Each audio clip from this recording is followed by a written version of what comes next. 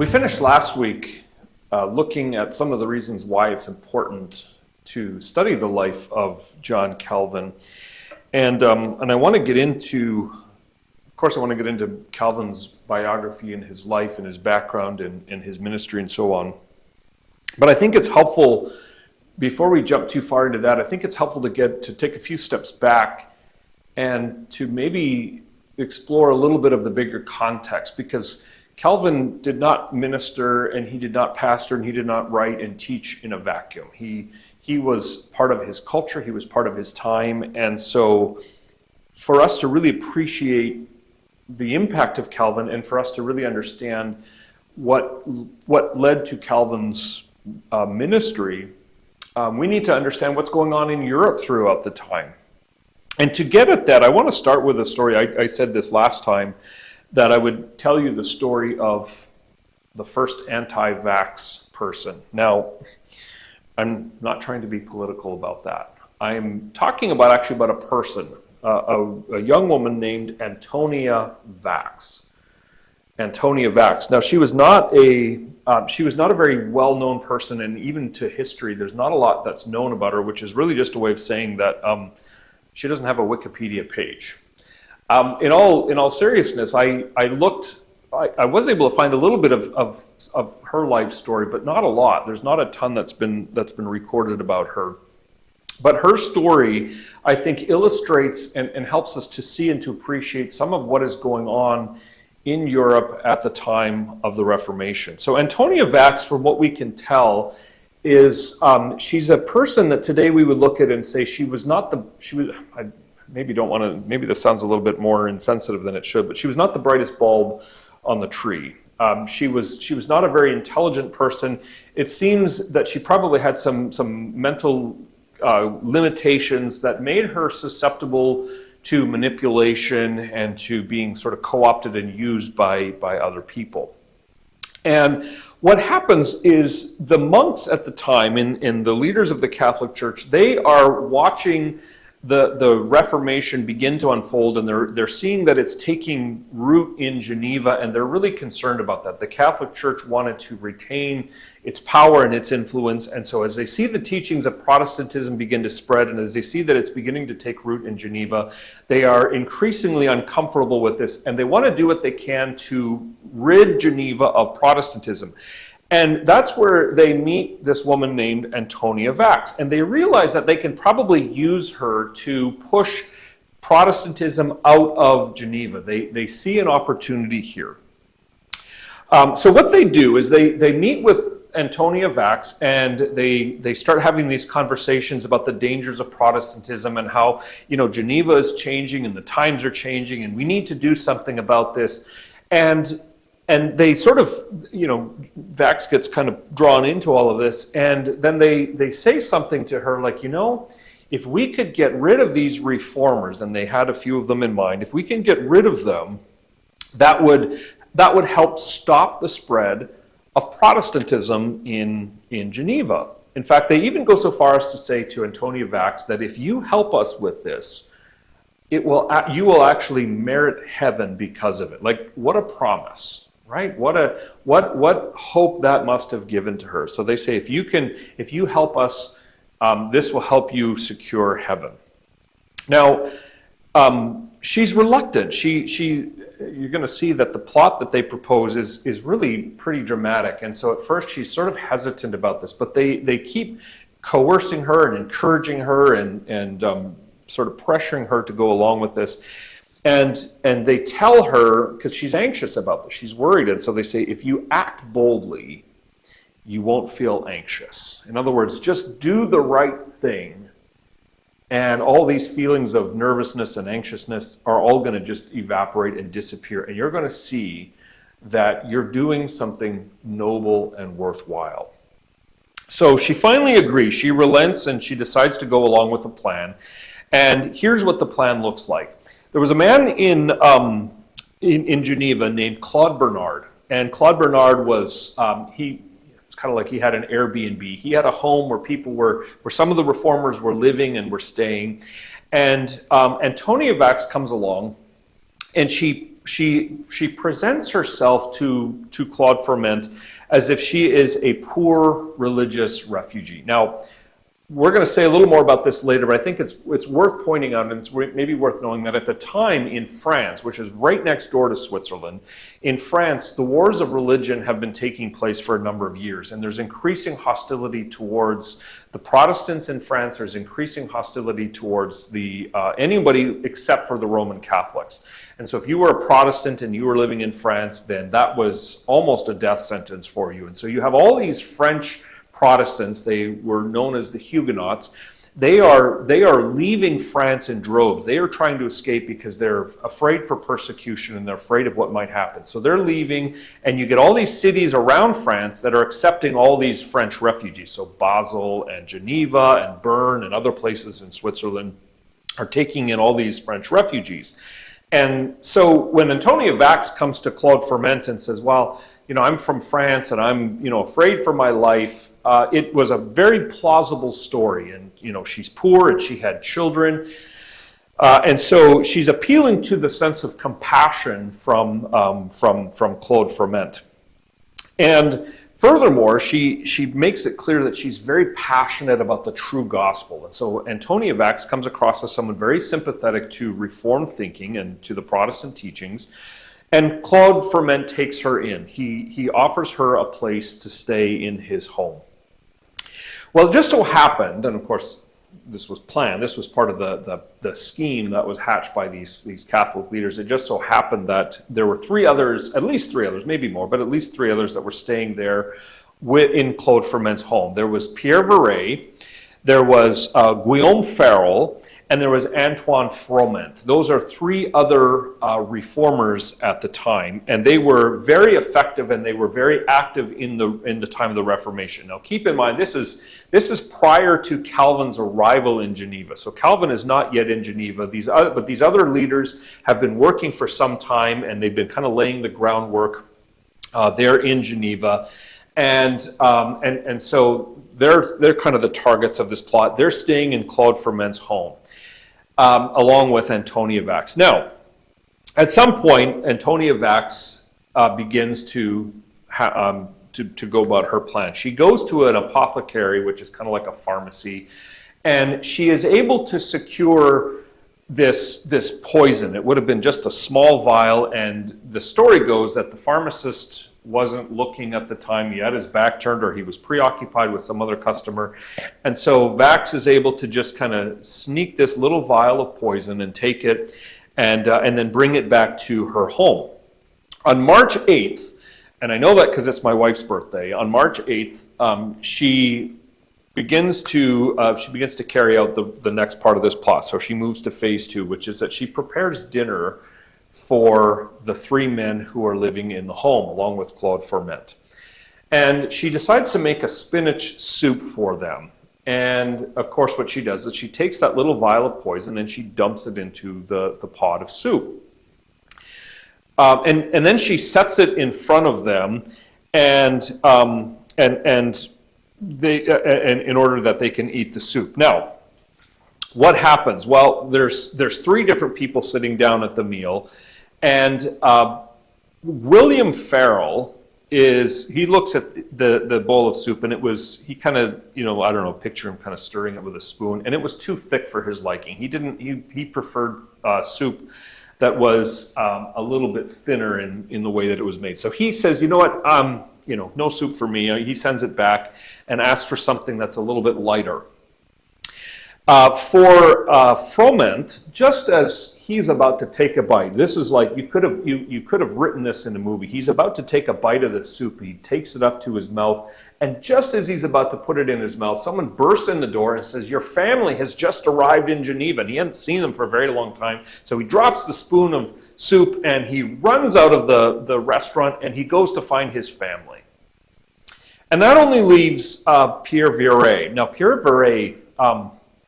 He's one person that I wish I knew a little more about. I did some reading on him, but again, there's not a lot written about him. Pierre Viret was another reformer, and you feel badly for him because he was one of the nicest guys. He was known, his reputation was such that he was nicknamed the Smile of the Reformation.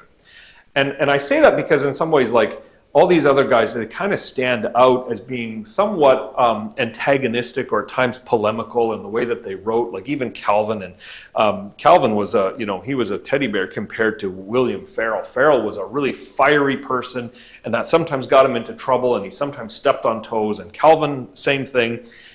So sometimes these reformers were known as very feisty, passionate people who sometimes offended and sometimes, spoke in ways that didn't necessarily endear the listeners to them. But Pierre Viret was not like that. He was the smile of the Reformation. He was warm-hearted and kind, and he's the only one to take a bite of this soup. And he puts it up to his lips. Immediately, he swallows it, he eats it. Immediately, he knows that something was wrong. This was not, the soup was no good.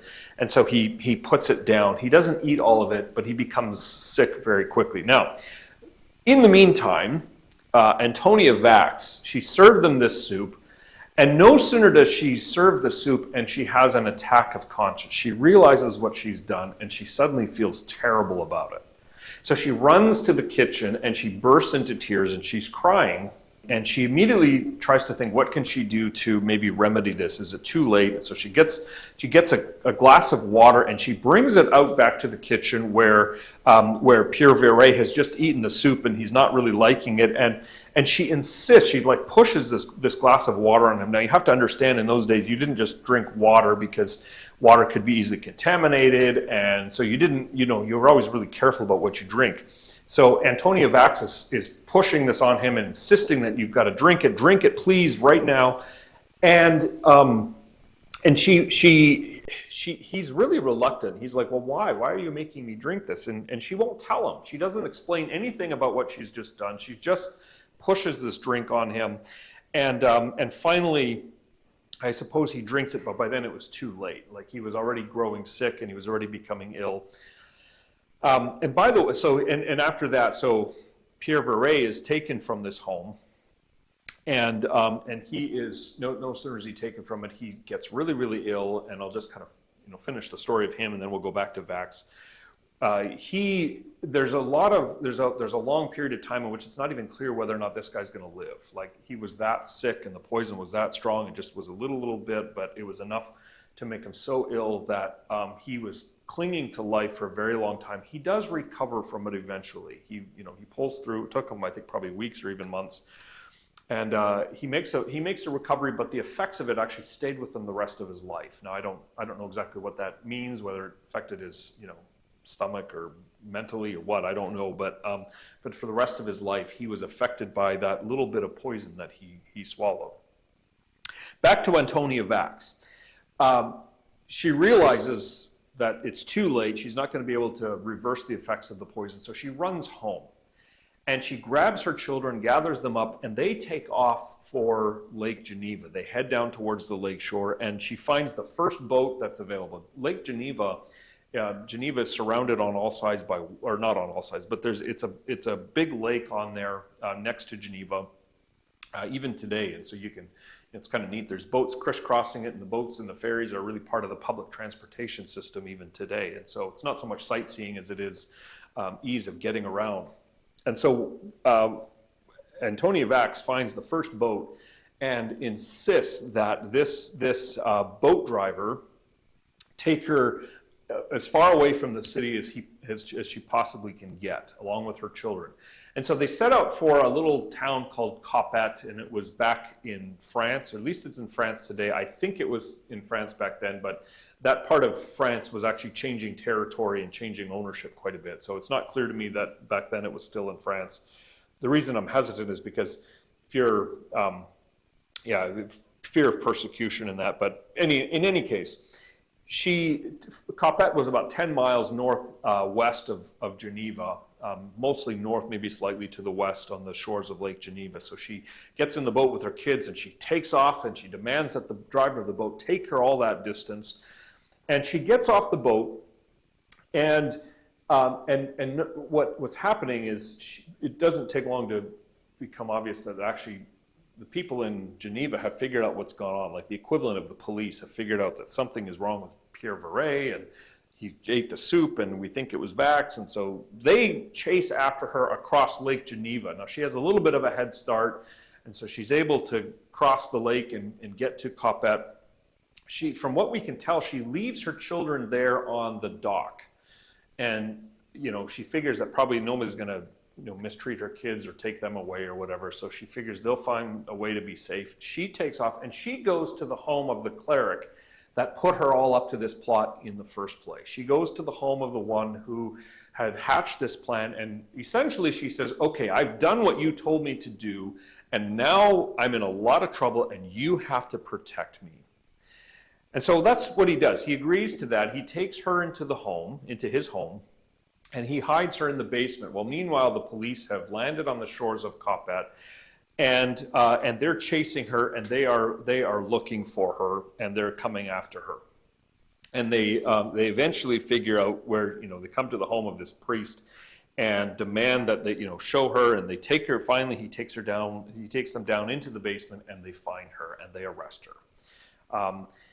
She's brought back to Geneva, and she's put on trial for her crimes, and sure enough, she is found guilty, and she is condemned to death. She's condemned to die for her crimes. Now, some of that's the way the justice system worked today. She'd be sentenced probably to, she'd spend time at the Oregon State Hospital for mental illness or something. Or you'd probably go looking for who are the people that put her up to all this? Where do we find the clerics? How do we hold them responsible? But because of the power structures the way they were, they weren't going to sentence the high-powered Catholic clergy to death over this.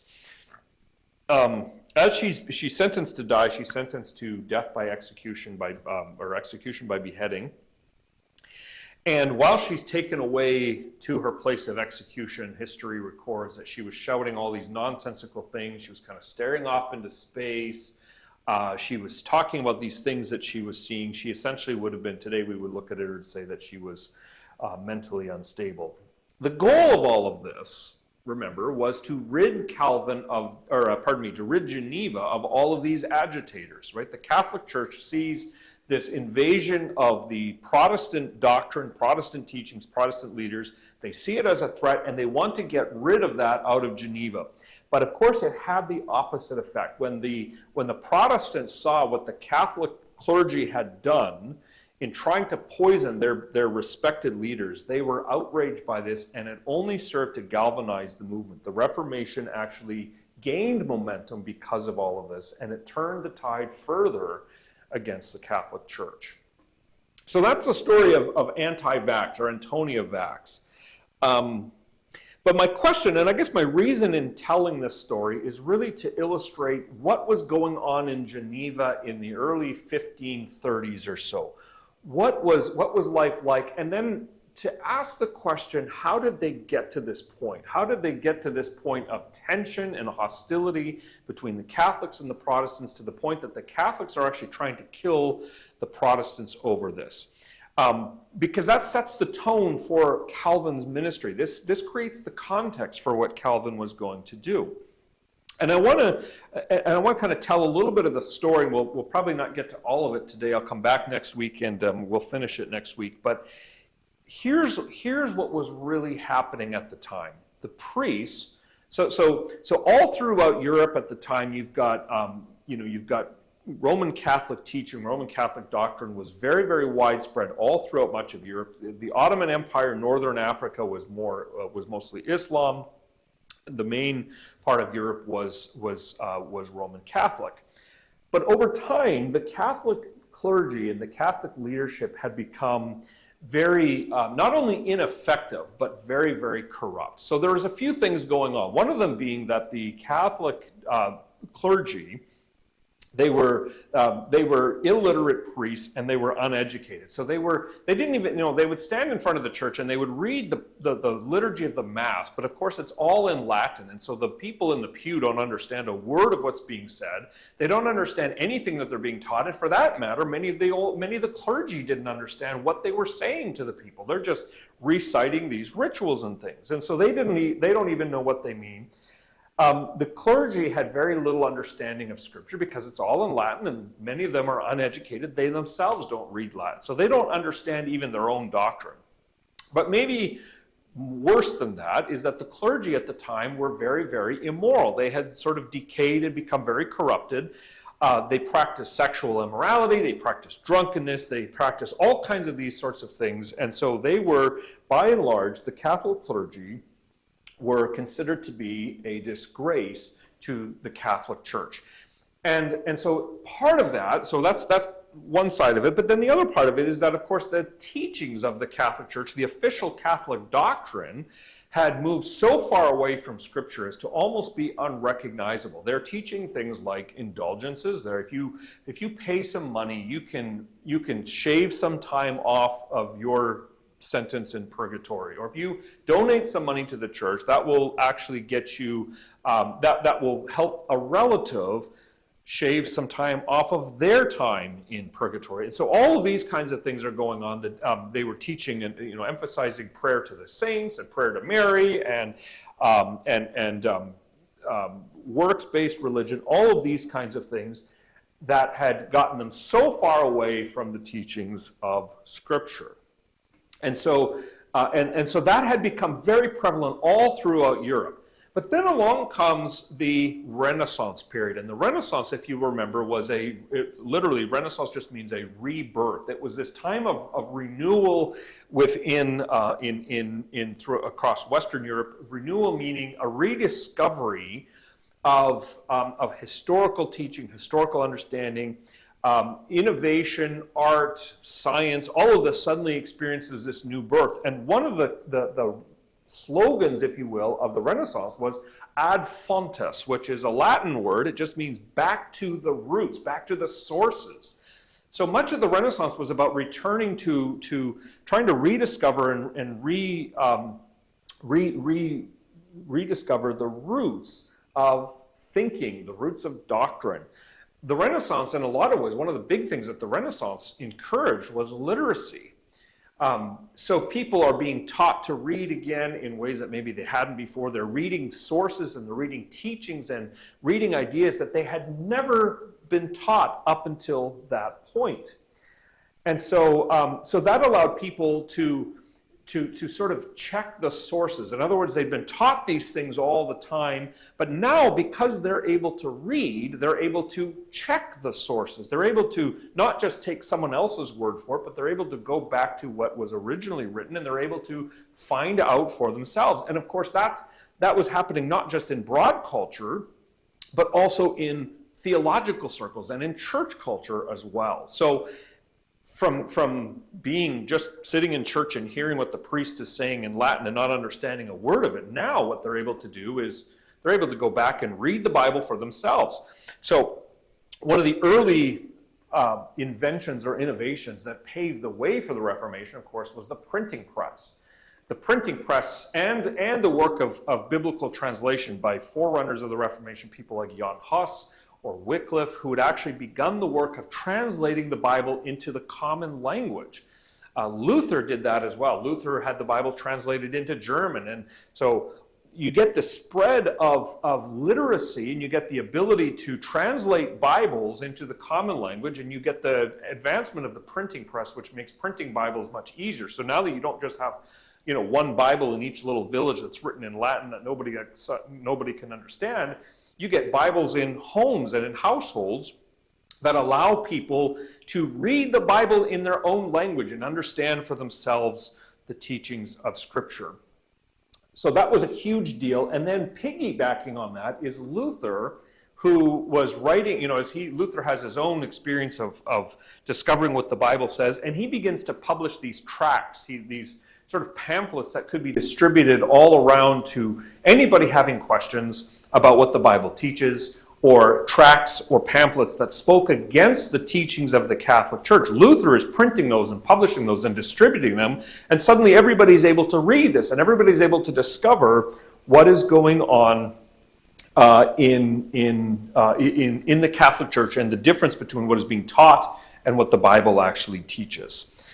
So that's beginning to spread, and that's creating a lot of unrest within the churches and within communities and cities all across Europe, but especially in Germany, especially in Switzerland, and also in France. Other places too, but especially in those places. And then one final factor is that Geneva was a very cosmopolitan city. Geneva was a central place, a strategic location, because you had merchants and people coming from all over. And what they're doing is, as these merchants are coming into town, and as they're traveling and visiting, they're bringing their teachings along with them. They're bringing their ideas that they've picked up. Maybe you get a cloth merchant in Germany who then travels to Geneva and spends a few months in Geneva, begins to get to know some people and says, hey, have you heard about this Reformation stuff? Have you heard about, Brother Martin Luther and what he has been teaching? And then here's what he has said. And so the ideas are beginning to spread very quickly. And Geneva becomes a focal point of that, because Geneva is bringing in all these people from all around the world. And sometimes what these leaders would do is they would offer to do a Bible study. They would say, hey, if you're curious, I can help you understand what the Bible is teaching about all of this. Then you can understand. So then merchant does a Bible study with a local person. That person invites some others. So you can begin to see how quickly the ideas are spreading. And of course, as the ideas are spreading, it represents a growing and increasing threat to the Catholic Church. Now, we're going to pick this up next week. What I want to do next week is look at how do the cities then respond to this. As you have this spread of doctrine and teaching, how do all of these cities and these communities respond to that teaching? What do they do about it? And how do tensions increase? Again, we started with that story of Antonia Vax, where there was this effort to actually kill the proponents of the Reformation. How do we go from ideas that are spreading around to let's murder these people? And that's what we're going to look at next week. Thanks for watching, and we'll pick it up, and I hope to see you again next time.